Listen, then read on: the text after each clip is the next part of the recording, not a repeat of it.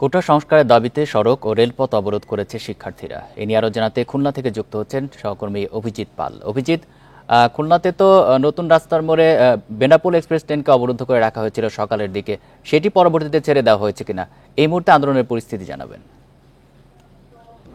এখন জন্ম সনদ দিয়ে খোলো বিকাশ স্টুডেন্ট অ্যাকাউন্ট, নিজের বিকাশ নিজে কর।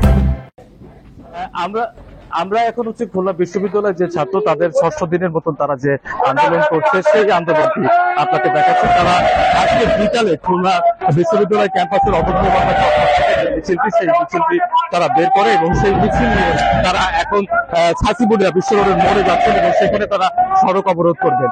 এর আগে আপনি যেমনটি বলছিলেন যে খুলনাতে আজকে প্রথম দিনের মতন জাতীয় বিশ্ববিদ্যালয়ের পক্ষ থেকে এই কোটা বিরোধী যে আন্দোলন সেই আন্দোলন তারা অংশগ্রহণ করা হয় এবং সেই সময় সকালে একটি ট্রেন থেকে তারা সেটি ওয়াশে যাচ্ছিল, সেই ট্রেনটিকে তারা অবরোধ করে এবং পরবর্তীতে তাদের কর্মসূচি শেষ হওয়ার পরে এখন রেল চলাচল স্বাভাবিক রয়েছে।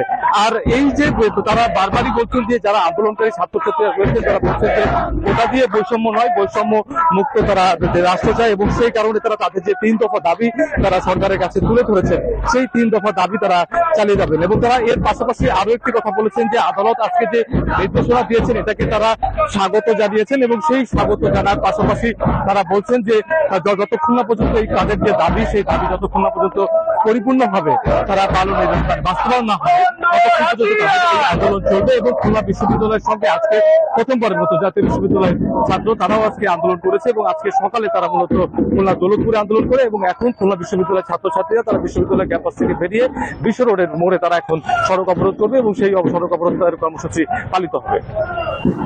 খুলনা থেকে জানাচ্ছেন সহকর্মী অভিজিৎ পাল।